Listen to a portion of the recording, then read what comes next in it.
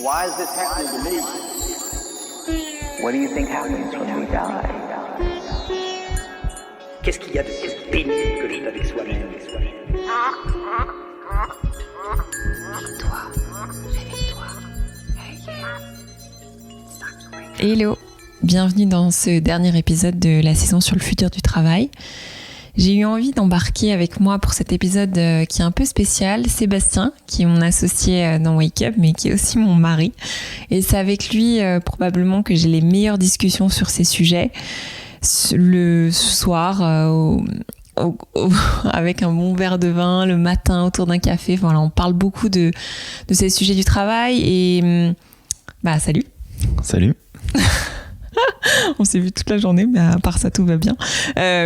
Toi, tu as cette capacité à creuser les sujets en profondeur, à décortiquer, à maîtriser, à enseigner. Tu es un scientifique dans l'âme, tu es ingénieur de formation. Tu es aussi la personne qui a travaillé pendant plus de 2 ans avec un chercheur indépendant en neurosciences. Et c'est ce qui fait que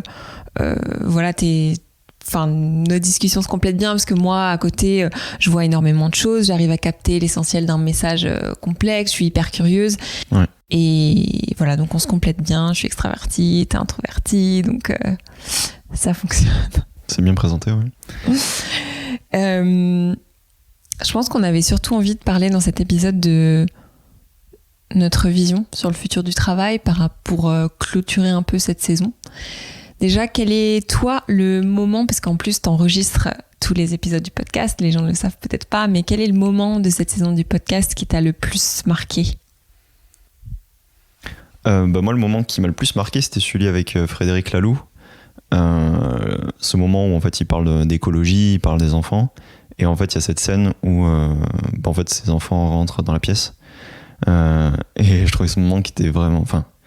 Moi, j'ai trouvé magique parce que je me suis dit, mais quelle est la probabilité qu'ils parlent vraiment de ce sujet-là et qu'à ce moment, il y a ces enfants qui rentrent et qu'en plus, la scène est géniale, quoi. Elle est joyeuse, tu vois ces gamins. Et du coup, je trouve que, on l'a gardé au montage au final. On savait pas trop si on allait la garder ou pas.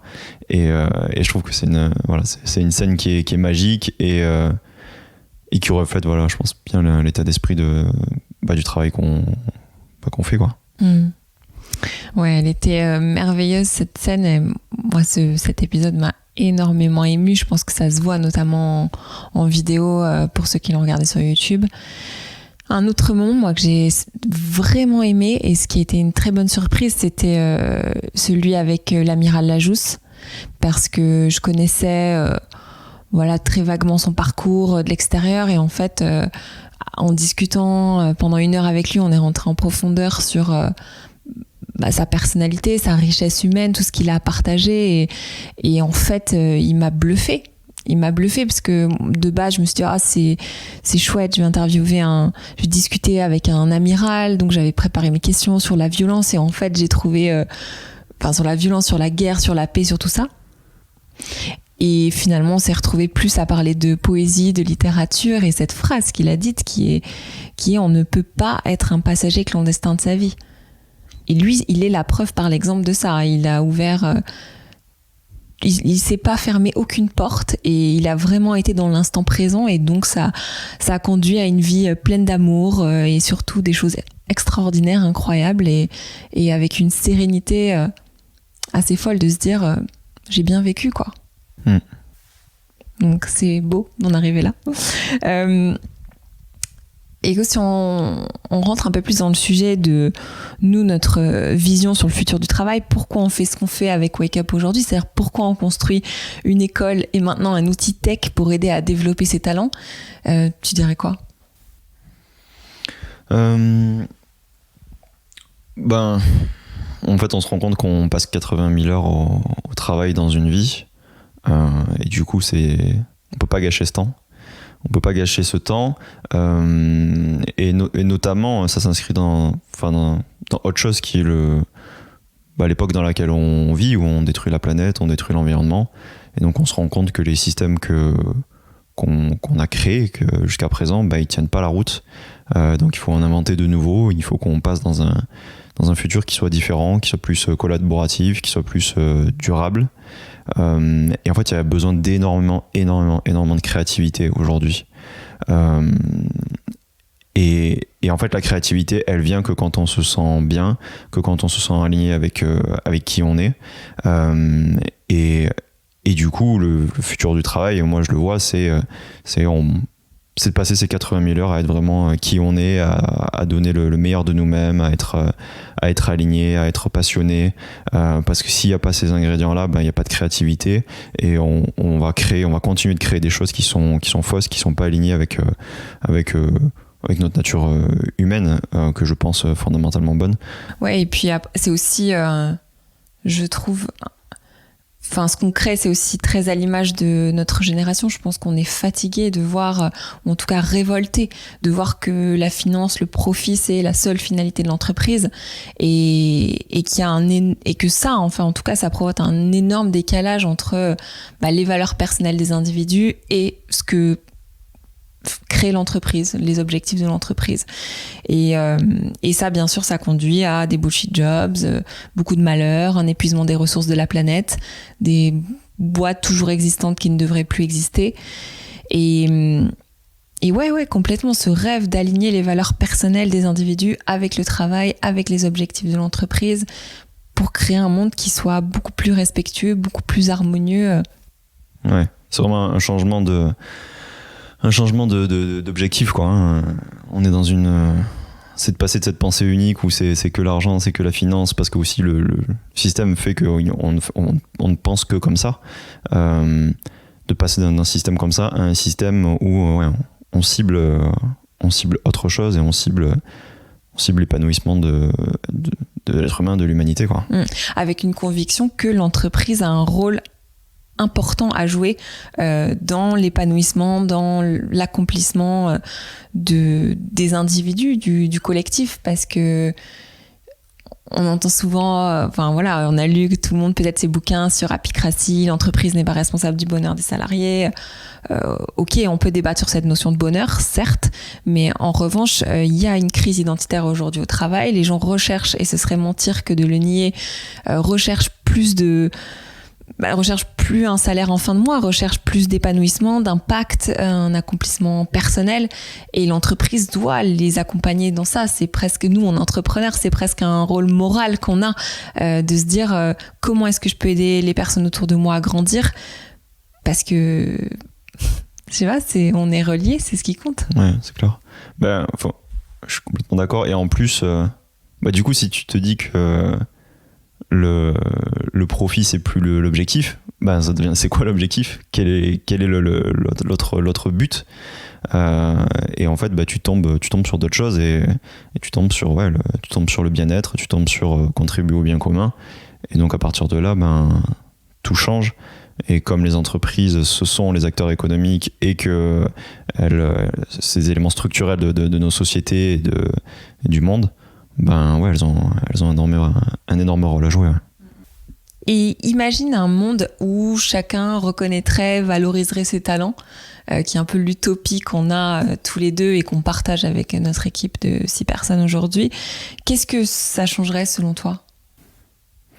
Après, pour l'avoir vécu nous de notre côté, c'est un monde où le matin t'as envie de te lever pour bosser, t'as envie de manger la vie, quoi. T'as envie de faire des choses, et surtout, en fait, tu te rends compte, pour ma part en tous les cas, je me rends compte que t'as quelque chose à apporter, t'as une contribution à avoir, et si c'est pas toi qui le fais, personne le fera à ta place. Donc c'est un monde où t'as du sens, quoi. Men cannot stand a meaningless life. Jung. Ouais, c'est qu'on met dans l'intro de ce podcast en plus, ouais. Qui est Jung, qui est le message aussi de Frankl, qui est le message de Magda pour ceux qui ont écouté aussi. Le sens est ultra important, et aujourd'hui on l'a complètement perdu. Tous les repères sont cassés parce qu'on est aligné sur quelque chose de faux, et du coup. Est-ce qu'il y a une lecture, une découverte sur le sujet du futur du travail qui t'a inspiré récemment et que on peut partager dans ce dernier épisode bonus? Une des lectures récentes, c'était Claudia Sénic qui écrivait un bouquin sur le bien-être, ce qui compte vraiment. Donc Claudia Sénic, c'est une économiste. Et en fait, il y a un truc qui m'a vraiment marqué là dans le bouquin, c'est que elle se posait la question sur qu'est-ce qui contribue en fait à notre bien-être et à la performance. Donc le lien entre bien-être et performance, aujourd'hui il y a plus de sujet, quoi. C'est montré 10 000 fois. Mais à un moment, elle s'intéresse en fait à la perception qu'on a de ces facteurs de performance. Et en fait, elle se rend compte qu'il y a un énorme décalage entre les collaborateurs et l'équipe de direction ou les RH. Et en fait, il y a des facteurs qui sont extrêmement importants. Et les équipes de direction et des RH, elles pensent que c'est 10 fois moins important. La perception qu'elles en ont, le décalage entre la perception qu'elles en ont et derrière les résultats effectifs, il y a un facteur 10. C'est un facteur qui est énorme.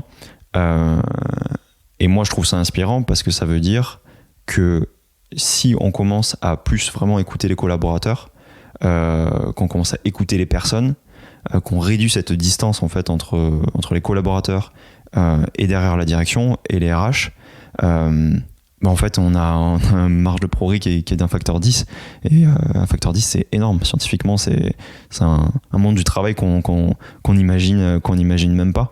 Donc en fait je trouve qu'il y a beaucoup d'espoir dans ce progrès qu'on peut avoir dans l'écoute, dans l'empathie, C'est clair, c'est énorme. Et c'est un peu, c'est reprendre le pouvoir, ou en tout cas redonner le pouvoir. Redonner le pouvoir et se dire finalement tu es la seule personne à savoir ce qui est bien pour toi, pour ton entourage, pour ce qui est de ton environnement, et donc écoute-toi, écoute les autres évidemment, mais commence par suivre tes intuitions, commence par mettre en place les choses qui te semblent justes, dans lesquelles tu te sembles aligné, et reprends le chemin que tu semblais juste et qui t'a peut-être été imposé différemment. Et du coup c'est là où tout change, parce que les organisations, à partir du moment où elles donnent cette chance, qui est simplement une écoute et laisser la prise de parole, la prise d'initiative, en fait tout se transforme, parce que c'est x10 de performance effective, mais parce que x10 de bien-être aussi. Donc tout le monde y gagne à partir du moment où on fait ce pari, où on donne cette chance, où on arrête d'imposer les choses et qu'on laisse la vie se faire, quoi. Trop cool. Moi, il y a une autre source lecture récente que j'ai envie de partager dans cet épisode, c'est j'ai lu récemment le bouquin de Joanna Macy qui s'appelle Work That Reconnects, et qui est un livre sur c'est un peu un mix entre le travail, l'écologie, la manière dont on peut être beaucoup plus connecté à soi, aux autres, à la nature. Et elle partage dans ce livre une prophétie tibétaine qui fait beaucoup écho, par exemple, au livre du Manuel du guerrier de la lumière de Paulo Coelho, qui est un auteur que j'adore. Et elle raconte, donc je vous laisserai la découvrir, donc ça s'appelle La prophétie de Shambhala, mais elle raconte qu'il y a il viendra un moment où la vie sur Terre sera en danger, et que des barbares auront pris possession de la planète Terre avec un pouvoir mystérieux de destruction, et que quand le futur de la vie ne tiendra qu'à un fil, le royaume de Shambhala apparaîtra, et que les travailleurs du royaume de Shambhala n'ont pas d'uniforme, ils n'ont pas de titre, ils n'ont pas de rang, ils n'ont pas d'endroit pour travailler, parce que leur travail est partout. Et que de l'extérieur, même, ils ressemblent à ces barbares, mais que de l'intérieur, en fait, ils possèdent ce royaume-là. Et en fait, cette prophétie, elle annonce que le temps sera venu quand il faudra mettre en œuvre leur courage moral, spirituel, intellectuel, pour détruire les outils de destruction mis en place. Et elle dit les détruire avec 2 armes que les barbares ne peuvent pas comprendre et pour laquelle il n'y a pas de défense, que sont la compassion, donc le fait de vraiment être en empathie avec l'autre. Et le deuxième arme, c'est de savoir qu'on est tous reliés. Et qu'en fait, quand tu as ces deux choses, la compassion et savoir qu'on est tous reliés, tu as cette sagesse en toi qui te permet de voir que la vie, c'est pas les méchants contre les gentils. La vie, c'est toujours des choix que tu fais entre le bien et le mal et qui sont à l'intérieur de toi, qui est une ligne en fait à l'intérieur de ton cœur. Donc cette prophétie, elle est hyper poétique, mais je crois que elle montre surtout qu'on arrive dans ce moment où oui, il y a un éveil des consciences, où on prend beaucoup plus conscience des choses, de la nature, de quel impact, quelles répercussions auront mes actions.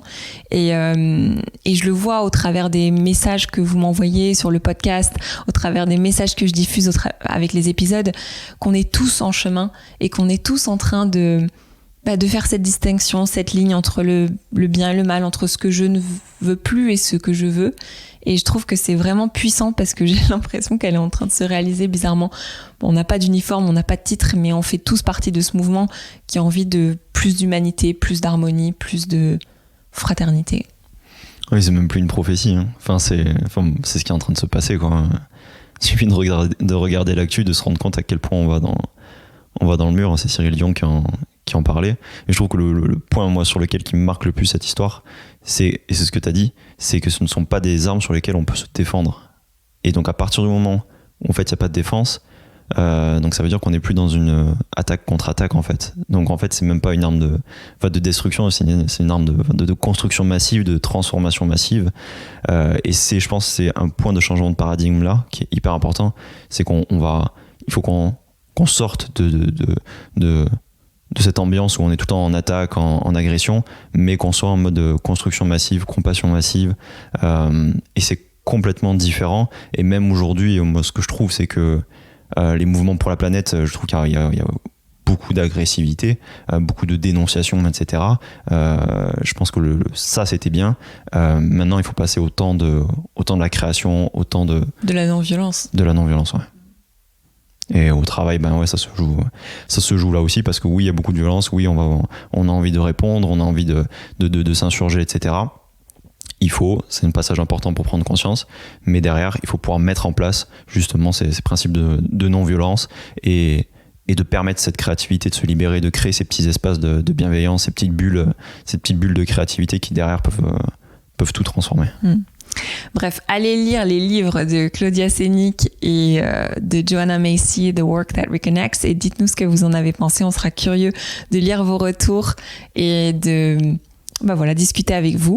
Pour conclure cet épisode, merci d'avoir été si nombreux avec nous sur cette série sur le futur du travail. Merci pour vos partages, pour vos messages. Ça nous touche beaucoup, ça nous encourage à continuer, ça nous encourage à poursuivre notre mission. On a envie de vous entendre aussi, donc dites-nous quels épisodes, quels passages vous ont le plus marqué, quelle est votre vision aussi pour le futur du travail. Donc vous pourrez soit m'écrire en commentaire sur LinkedIn, soit en message privé sur LinkedIn. J'adore vous lire, je réponds tout le temps. En tout cas, j'essaye. Si je ne vous ai pas répondu, pinguez-moi. Nous, on revient en septembre avec des épisodes et des invités assez incroyables que j'ai eu la chance d'enregistrer ces dernières semaines. On continuera bien sûr à explorer cette thématique du travail qui nous est chère. D'ici là, peut-être un dernier mot. On travaille en ce moment sur un projet tech ambitieux et on démarre la première brique qui est celle d'aider les managers à faire grandir les talents de leurs équipes. Ça s'appelle Boussole, c'est à faire en équipe. On recherche une centaine d'early adopters cet été. Donc si vous êtes entrepreneur, manager, que vous avez envie de faire bouger les lignes du management, vous pouvez jeter un œil sur www.wake-up.io/boussolepro. On va passer, je pense, beaucoup de temps, n'est-ce pas, Seb, cet été en août. Tout à fait, c'est studieux. À chouchouter nos premières équipes, à créer cette communauté de passionnés qui veulent faire bouger l'entreprise. Donc rejoignez-nous, vous pouvez en plus démarrer gratuitement. Merci encore, bel été, prenez soin de vous et je vous dis à la rentrée.